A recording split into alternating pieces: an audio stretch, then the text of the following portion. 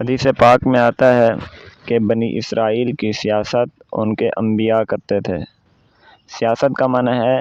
نظم و نسق، انتظام سنبھالنا، لوگوں کو انتظامی خدمت مہیا کرنا۔ تو بنی اسرائیل کی سیاست ان کے انبیاء کرتے تھے۔ تو رفاہی کام جو ہیں یہ بھی سیاست کا ایک طرح کا حصہ سمجھے جاتے ہیں۔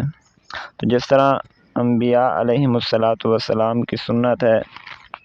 سیاست کرنا، حکومت کرنا، خلافت کرنا، اور عام طور پر لوگ صرف یہ سمجھتے ہیں کہ قرآن پاک پڑھانا یا نماز پڑھانا یا علم دین کی اشاعت کرنا،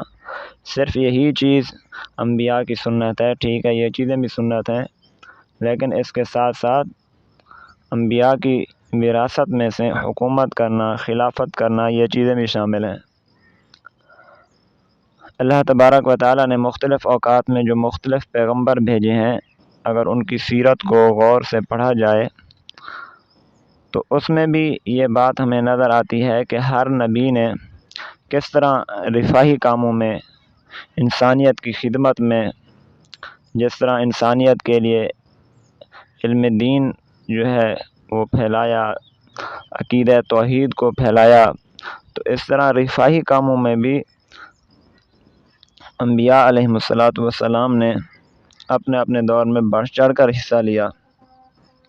گو انبیاء کرام کی بعثت کا اصل مقصد توحید کی دعوت، شرک کا قلع کما اور امن اور امان کا نفاذ تھا، لیکن اس کے ساتھ ساتھ انہوں نے رفاہ عامہ اور خدمت خلق کے کاموں میں بھی بڑھ چڑھ کر حصہ لیا۔ آپ جب انبیاء علیہم السلام کے قصص پڑھیں گے اور تاریخ پڑھیں گے تو آپ کو معلوم ہوگا کہ نوح علیہ السلام کا طوفان سے قبل تنہا لکڑی کی ایک عظیم کشتی تیار کرنا، یہ بھی رفاہ عامہ کے کاموں میں سے ایک کام ہے۔ اسی طرح موسیٰ علیہ السلام کا خوف کے عالم میں مدین کے درخت کے نیچے بیٹھے بیٹھے کنویں کے قریب کھڑی دو کمزور بچیوں کی بکریوں کو پانی پلانا، یہ بھی رفاہ عامہ کے کاموں میں سے ایک کام ہے۔ یوسف علیہ السلام کا دنیا کو درپیش وسیع اور طویل قحط سالی کے ممکنہ خطرے کی صورت میں لوگوں کے لیے اناج محفوظ کرنے اور اسے عوام تک پہنچانے کی طویل المیعاد منصوبہ سازی کرنا، یہ بھی رفاہ عامہ کے کاموں میں سے ایک کام ہے۔ ہاجرہ علیہ السلام کا زمزم کے پانی کو پینے اور اس سے فائدہ اٹھانے کی اجازت دوسرے لوگوں کو دینا اور دوسرے لوگوں کو پانی مہیا کرنا، یہ بھی رفاہ عامہ کا کام ہے۔ آسیہ زوجہ فرعون کا نامعلوم اور دریا میں بہتے ہوئے معصوم بچے کی پرورش کی ذمہ داری اٹھا لینا اور بچے کو سنبھالنا اور اس کو خوراک مہیا کرنا، یہ بھی رفاہ عامہ کا کام ہے۔ لوط علیہ السلام کا اپنے شہر میں آنے والے اجنبیوں کو اہل شہر کی کمینہ حرکات سے بچانے کی تدبیر سوچنا، ان کی حفاظت کرنا، ان کی فکر کرنا، ان کی دیکھ بھال کرنا، یہ بھی جو ہے رفاہ عامہ کے کاموں میں سے ایک کام ہے۔ اسی طرح ابراہیم علیہ السلام کا ان اجنبی مہمانوں کے لیے فوراً بھنا ہوا بچڑا لا کر ان کی مہمان نوازی کرنا، یہ بھی رفاہ عامہ کا کام ہے۔ خضر علیہ السلام اور موسیٰ علیہ السلام کا دو یتیم بچوں کی گرتی ہوئی دیوار کی مرمت بلا معاوضہ کر دینا، یہ بھی انبیاء علیہ السلام میں سے حضرت خضر اور حضرت موسیٰ کا یہ رفاہی کام ہے۔ نبی اکرم صلی اللہ علیہ وسلم کی سیرت مبارکہ پڑھیں تو آپ کا لوگوں کو ظلم سے بچانے کے لیے حلف الفضول کے معاہدے میں شمولیت اختیار کرنا، آپ کا کمزوروں کے کام آنا، بے روزگاروں کا روزگار دلوانا، مصیبت زدہ کی مدد کرنا، اپنی لخت جگر کی ضرورت کو نظر انداز کر کے صفہ کے پردیسی اور مفلوق الحال صحابہ کرام کی خوراک اور پوشاک کا خیال رکھنا، اور انصار کا اتنے بڑے پیمانے پر ہجرت کر کے آنے والے مہاجرین کی آباد کاری کے لیے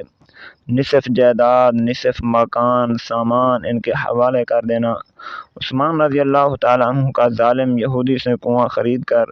مسلم اور کافر کی تفریق کے بغیر سب لوگوں کے لیے اس کا پانی وقف کر دینا، یہ رفاہی کام ہے۔ دور فاروقی میں قحط کے وقت عثمان رضی اللہ تعالیٰ عنہ کا 40 اونٹوں کا غلہ عوام میں تقسیم کرنا سعد رضی اللہ تعالی عنہ کا اپنی والدہ کی طرف سے کنواں کھدوا کر وقف کرنا، یہ سب رفاہ عامہ کے کام نہیں ہیں تو اور کیا ہے؟ تو یہ ساری تفصیل میں نے اس لیے ذکر کی کہ جب بھی کوئی عالم دین رفاہی کاموں کی طرف آتا ہے یا سیاست کی طرف آتا ہے یا حکومت کی طرف سے آتا ہے تو ایک انگریز کی طرف سے پھیلایا ہوا غلط نظریہ اور غلط سوچ اور غلط بات فوراً عوام کے زبان پہ آتی ہے کہ مولوی کا ان کاموں سے کیا تعلق۔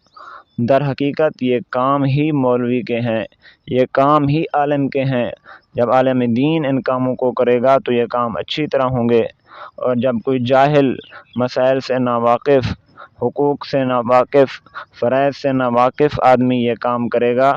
تو اس میں بگاڑ ہی بگاڑ ہوگا۔ اور اس کی زندہ مثال آج کے دور میں